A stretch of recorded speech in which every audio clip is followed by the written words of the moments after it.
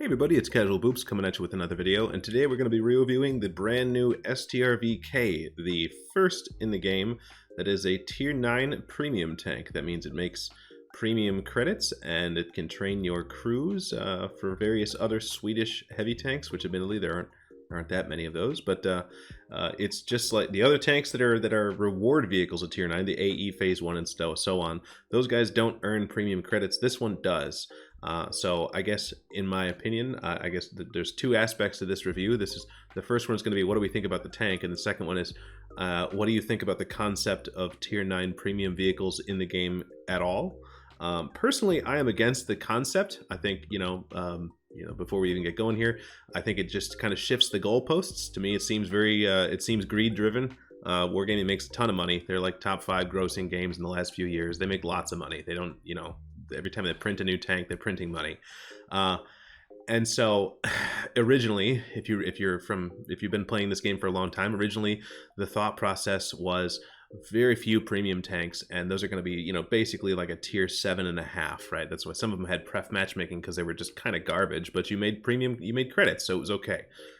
And then at some point they switched to, well, these are going to be at least as good as the other tanks in the tech tree, and in some cases they're going to be better, right? So that's, we had started with the Patriot, and it kind of power creep moved on. We got the Scorpion G and so on, and now we've got monstrosities like the Skoda T56 that are just straight up better than the tech tree variants, and it's those things are kind of it's pretty hard to argue against the concept of pay to win in this game, or pay for advantage when you have situations like that.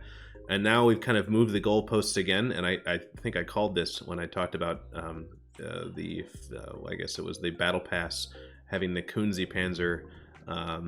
Basically, you could fast forward through the whole thing, and they basically were selling the Kunze Panzer, and I said, well, it won't be long before we're selling Tier 9 premiums, and now here we are. And so, in my opinion, before we even get going, the hot take here is that this is not a very good tank.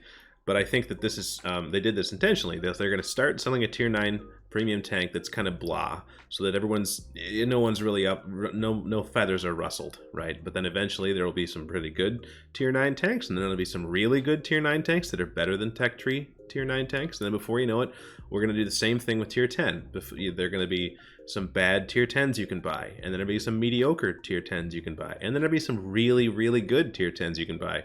And then before you know it, it's going to be, hey, do you want to be competitive in Clan Wars? We'll spend $100 on this tank, and now you are. So I see this as a stepping stone to a direction that I don't really like. Not even talking about the performance of the tank, the concept of Tier 9 and just opening the floodgates of premium tanks and premium content, I guess you could call it, that's beyond Tier 8 is, I think, a bad direction for the game. I think, honestly, selling premium tanks as a monetization strategy is a bad look for the game, period. It's pretty hard, for someone looking at the game from the outside. It's anything. If you want to say the game's not pay to win, then you can't really give any kind of benefit, right? It's got to be visual customizations only, and then no gameplay advantage whatsoever for premium for money, and then you can say we are not pay to win. But this game has never been that, so here we are. Anyways, so I'll just get off the soapbox, and I'll just say I'm not for the concept of Tier 9 premium tanks or whatever they will be in the future, and the floodgates that are going to open about Tier 10 premium tanks someday. I'm sure that's coming too, because I'm sure that people are going to buy this tank regardless of what I'm about to say. So there's that. We got that out of the way.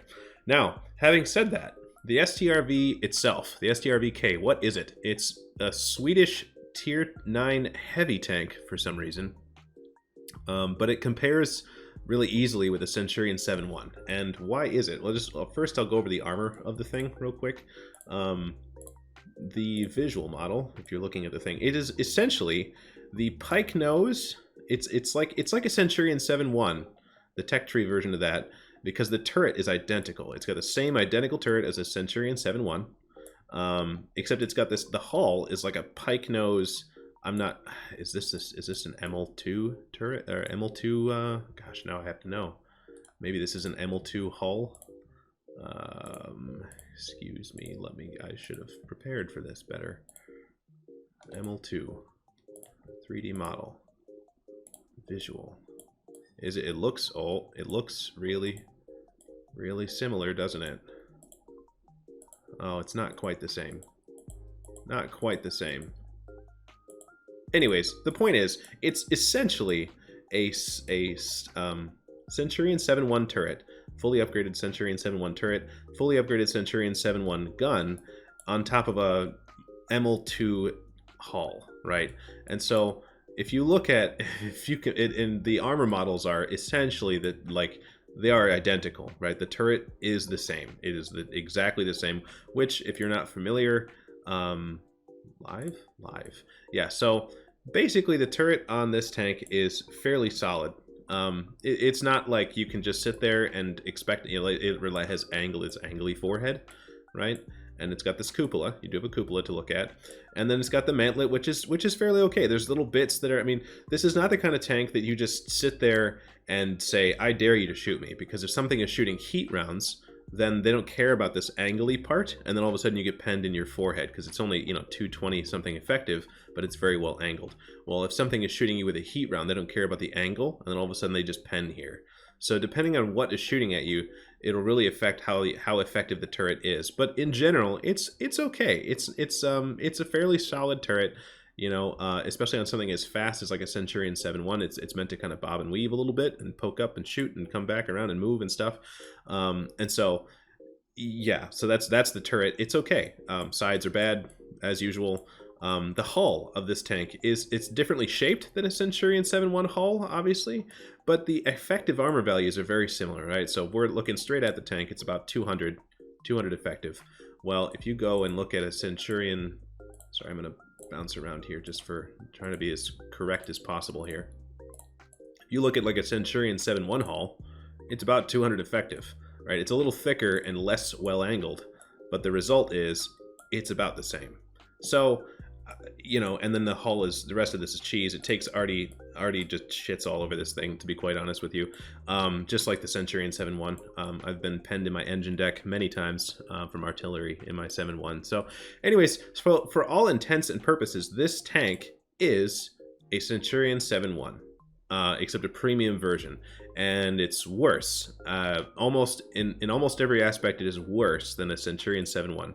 I will get into the details as to why that is, but armor-wise, it is essentially, yes, a Centurion 7.1. It's almost exactly the same. Armor-wise, it's the same as a Centurion 7.1. So, getting into the stats, we compare it directly to a Centurion 7.1, and I will say the gun of a Centurion 7.1 is pretty solid, right? 268 standard pen. The DPM kind of lets it down. That's kind of the main drawback of the Centurion 7.1. But again, the penetration is great. So it's great for free-to-play players because you don't need to tab 2. You got your great standard pen already. And I will say this, since we're talking about it, I thoroughly enjoy the Centurion 7.1. And it also gets this dank Hesh round.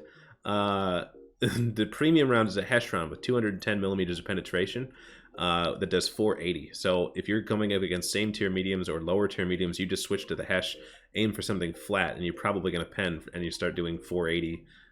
Silly rolls of damage, and you just get this, you know, the lower pen, the standard HE round still has 105 millimeters of pen, which is still good. So you have these things that make the DPM better when you're willing to aim and stuff. And so, you know, 210 millimeters of pen and 105 millimeters of pen.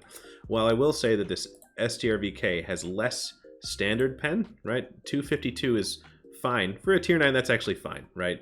It's not as good as 268, but it's pretty darn similar. And then the premium round is an APCR round that has 310 pen, which is, you know, I will say it's better. Obviously, it's better than 268, and it will allow you to deal with some things. Like, you're still gonna have a hard time. Like, you're not gonna be wanting to face check, you know, type 5s and stuff like that, but this it's usable, right? And then your premium, or sorry, your HE round is only 53 millimeters of penetration. So this is it's very samey. Like, the things that made the Centurion 7.1 special are gone, right? You just got your AP, and then your better AP round or APCR rounds, and then your kind of mediocre HE round, which whatever. So that's the main difference. That's not shown, but not what I'm about to show you now. So for the rest of it also has worse DPM than the Centurion 7.1, which again, by the way, the Centurion 7.1, as I mentioned, is one of the ways that they kind of balance it out is the DPM is kind of blah. but you can make it better with HE. Well, this doesn't get HE, and it doesn't get that really good hash round, and it also has even worse DPM. So you do notice this. You notice the low DPM. When I played it around with it, it just felt like I was taking a long time to get the gun to... Oh, I missed. All right, I gotta wait and wait and wait and wait, and now here we go. Okay. So there's that. Also, it doesn't carry as much ammo. I mean, 45 is, it's not like you can't get the job done, but it doesn't leave a lot of room for, like, I don't know, 72 rounds in a Centurion 7.1 is a lot, compared to 45 is not a lot, right? So you will probably be well, you know what, actually, now with the field mods, now that you can adjust your ammo loadout based on the matchup, maybe this isn't such a big deal. I was about to harp on this, but this maybe isn't such a big deal at all. Accuracy is kind of blah. I'm gonna be honest, like the Centurion 7.1 is not the greatest with accuracy, and in some ways this is actually worse, you know, the dispersion of 0.33, but I think the idea is that you're meant to be playing this closer up. I think that's silly because the armor models are exactly the same almost, so whatever. I find the gun to be derpy. Like the Centurion 7.1, as good as it is at a lot of things, the gun's kind of derpy. And this is even derpier than that. So, you know, lower aim time by about 20% or 10%.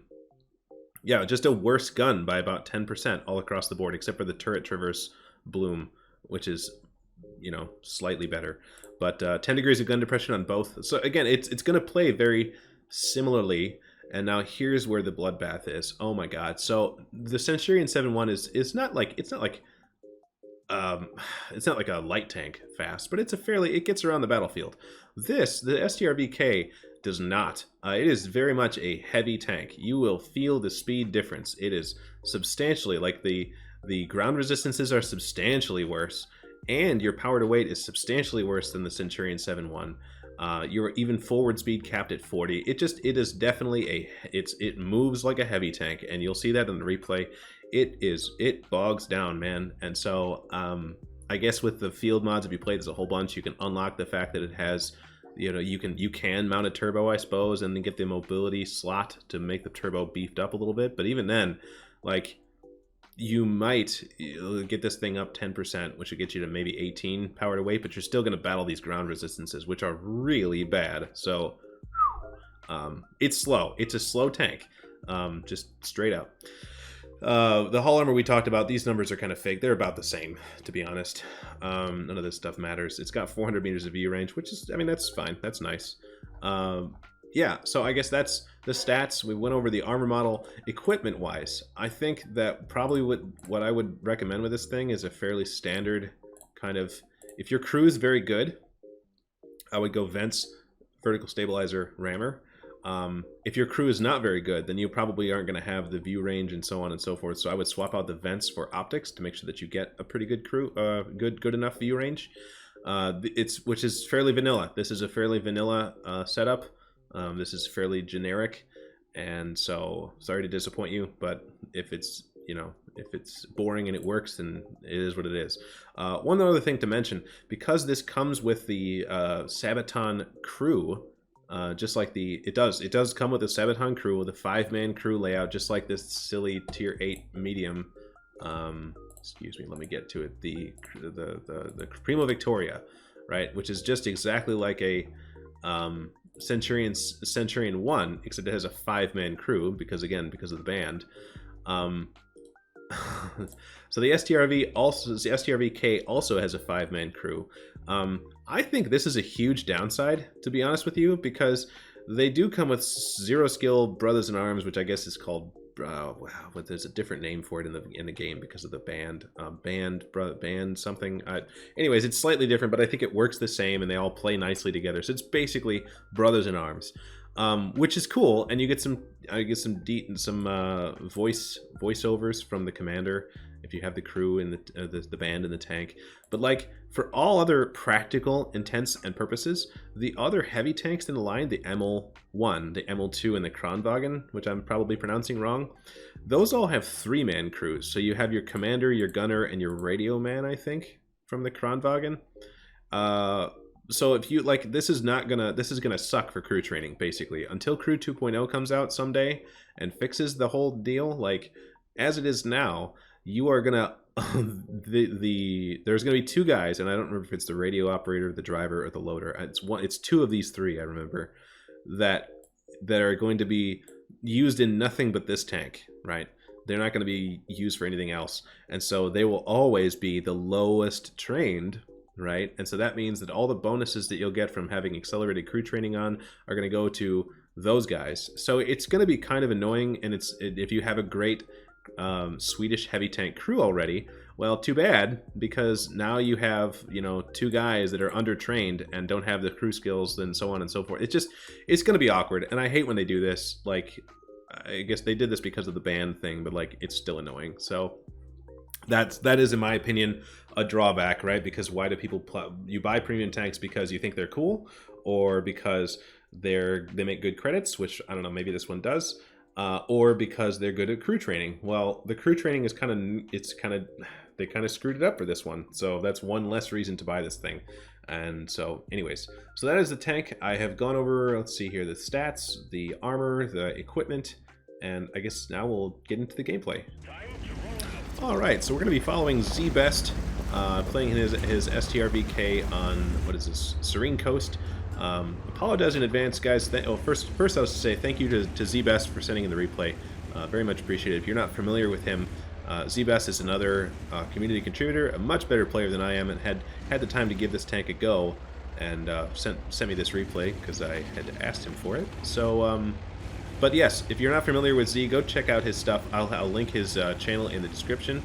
And also, something about Z is he does not shoot standard rounds, period, ever. So this is going to probably tilt some of you because a lot of these shots are going to be at tier 7s, and they're going but to be honest with you, after watching the replay, most of the shots that Z pens would have gone in with standard rounds anyways. So it's not like he's, you know, there's one or two of them in here where he just disrespects a couple of tier 7s. But for the most part, everything he does here with premium rounds could have just as easily been done with standard rounds. So just unwad your panties and just enjoy the gameplay. So he's going to take his Strv K, which is classified as a heavy technically. Oh, okay, yeah, he was waiting for the gun to aim in a little more there, and I'll admit I was as well. But you know, it stops at 0.33. Like, it's not, it leaves a little something to be desired. But but anyways, lands the shot anyways. I don't know how that one went in, but he's taking his heavy tank, air quote heavy tank, to the brawling area on Serene Coast, which is not a bad idea, except for the fact that this isn't really a heavy tank in any aspect, except for the way that Wargaming has decided to call it that. Looking for a shot through the buildings in this T-30, and we're looking. But like, this is basically a Centurion 7-1, and I don't know that I would take a Centurion 7-1 to this side of the map.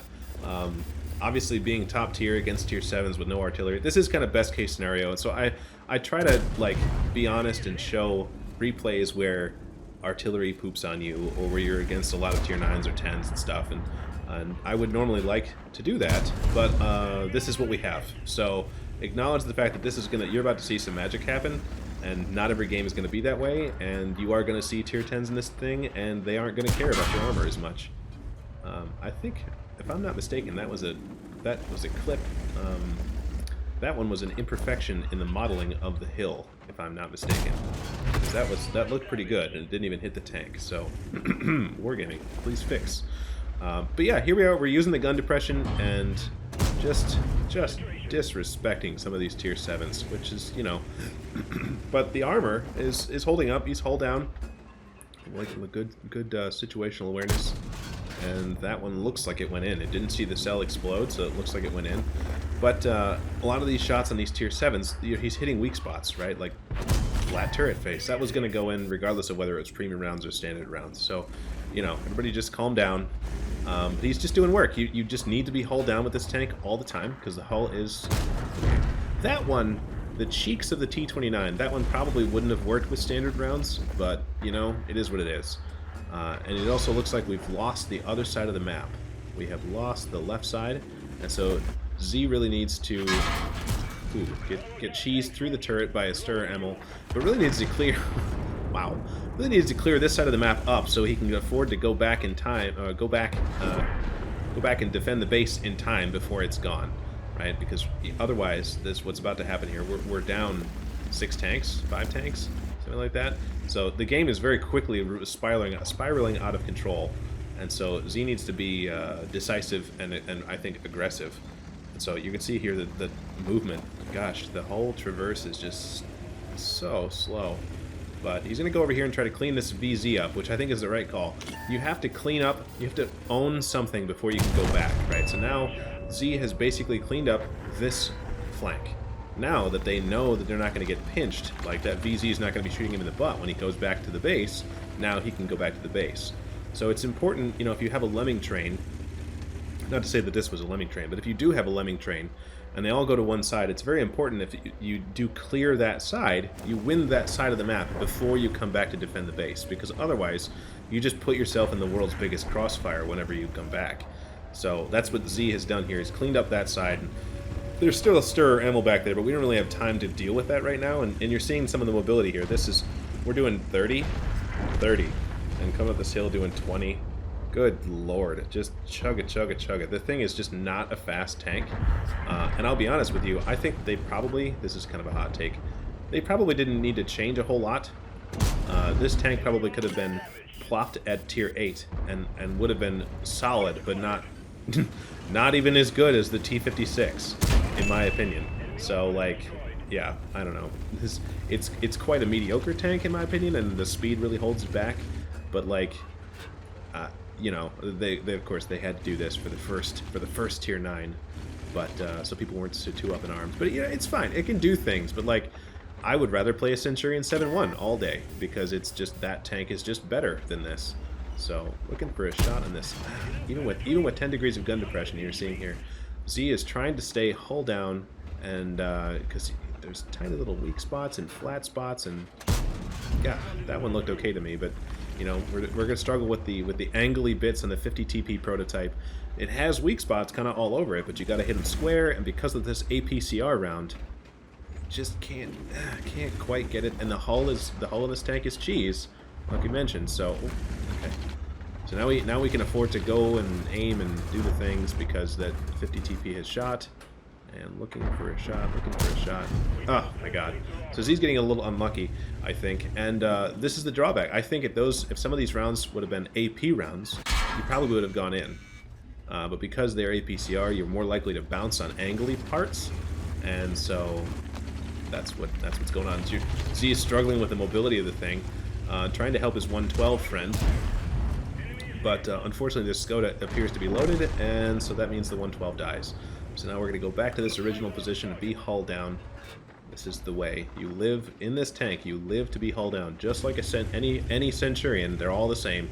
The Centurion 7-1, the Centurion 5-1, the Tech Tree 1, like all of the bajillions of Centurion tanks in the game. This is just another one of those. If you're not hull down, you're doing it wrong. And so Z, I think, realizes because it's been a little bit, right?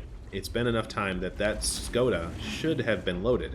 And so because the Skoda didn't come around the front, oh my god, talk about, there it is. So Z probably assumed that Skoda was going to come around the back, so he knew he needed to kill one of those tanks before the Skoda came around and he was pinched. So he put a shot in and is trying to jam him up and get in there and make it so that this guy can't get a really clean shot. Oh my lord. All this guy had to do is just aim one round, and that probably would have been the end of the game. But you know, you think you've got the game in the bag, and you whiff it. Wait for it. There it is. So you want to put your shot into the, you know, like, especially if you've paid for it. If like that guy had already been shot by Z, so you know the Z was on reload. So all that guy had to do is sit and wait and aim, and he would have been fine. This game would have been over. Those guys would have won. But now it's down to a 1 versus 2, and it was a 1 versus 4. And there's the Strv Emil. So still have to be careful about this because the Strv Emil did earlier in the struggling with the gun depression. Did earlier in the game cheese through the turret of the STRV because the Strv Emil's not a very good tank, but it does have a big stupid gun. So you know, I think even right now Z is a one-shot for both of these guys. I think actually that nailing these tracking shots, which allows him to back up and continue to create trading engagements that are in his favor. And flat spot. Good, good, good. And yeah, all these, I think that probably would have gone in if it was standard rounds too. So, you know, it's all good.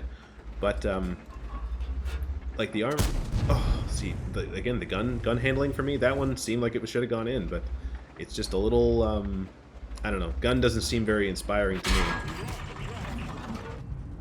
I'm not entirely sure how that KV3 round didn't go in, but yeah, KV3 probably has a 390 alpha gun, so he had to high roll to get Z.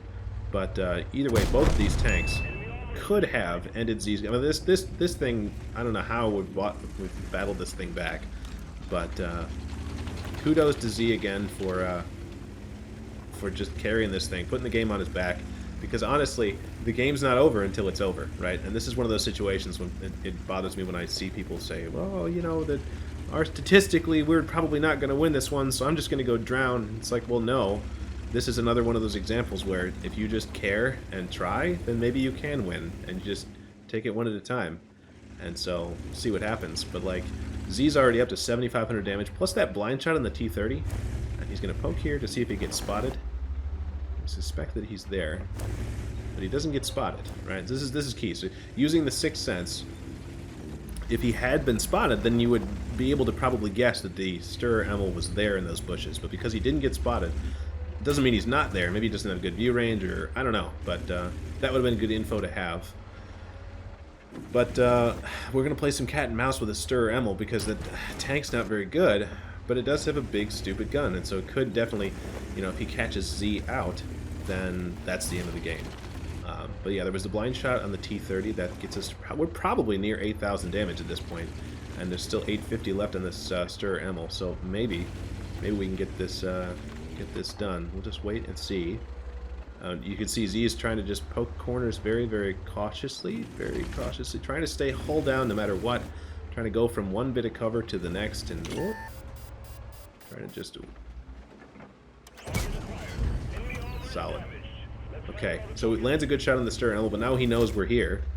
And he's loading an HE round, which is, you know, if this was a Centurion 7.1, I would say, oh yeah, go for it, because the penetration is good. But this only has 53 millimeters of pen, and the Strv K doesn't have a lot of armor, but from the front, it's got all the, like, mantlet things and all the little bits, and the armor's a little stronger than you would think. And so, it's a little bit of a risky play. I've had the HE screw me over enough times that I don't really tend to mess around. You see, look, I don't fully understand what happened to that shell, but exactly, I would be, I'd probably just shoot AP rounds. But yeah, the Strv K here is going for the cupola, and luckily he missed it. But man, so he ends up slamming home the shot and taking home the victory. All right, so at the end of the game, Z Best ended up taking home 8,700 damage, 6 kills, ended up blocking 2,200 damage and spotting, or was it tracking? I'm not entirely sure, for 843. And that got the you know, the Top Gun, of course, the Ace Tanker, the High Caliber, the Steel Wall. Wow. And ended up getting Z 1,809 base XP, which is pretty incredible, especially for shooting the low tier tanks like the tier 7s and stuff. You know, which normally shooting low tier tanks gets you less XP. So for having 1,800 base XP while being top tier indicates that he very obviously, as you can see here, put the team on his back and did what he had to do. And then looks like we actually even managed to turn a profit of let me see here, 96,000 credits. 96,000. It looks like there was a mission for 50,000 credits. So he probably, without the mission, he probably would have walked away with about 46,000 credits. But then again, he also had food and everything else. So, you know, for spamming gold, doing nothing but shooting premium, he still probably would have broken even if he had to buy consumables. Probably would have made a little bit. So, you know, credit multiplier working as intended, I suppose. But you know, it's a solid game. So there's a lot of multipliers on that. I wouldn't look at this game and say, wow, I can definitely just go ahead and shoot premium constantly in my Strv K and make a profit, because I don't think that's probably going to be the case for most people. But anyway, so that is it. And I guess Z also did want me to mention that, you know, he made 62 bonds in this game, but only 7 of that was from the game itself, right? The rest of it was from missions and so on. So he made 7 bonds from this game, This tank does earn bonds, unlike any other tier 9s, but you're not going to get 62 for every game that you play or anything, even games like this. This was just a bunch of missions that he had that gave him this. So seven bonds is what he got for this game. So that is it for me. I think that's the game, and that's the tank. And guys, let me know what you think about this tank. I think it's kind of vanilla. I think it's just a worse Centurion 7-1 in almost every case. But I also don't agree with the concept of tier 9 premium tanks. Let me know what you think in the comments, and thanks for watching, guys. We'll see you on the next one. All right, thanks. Bye.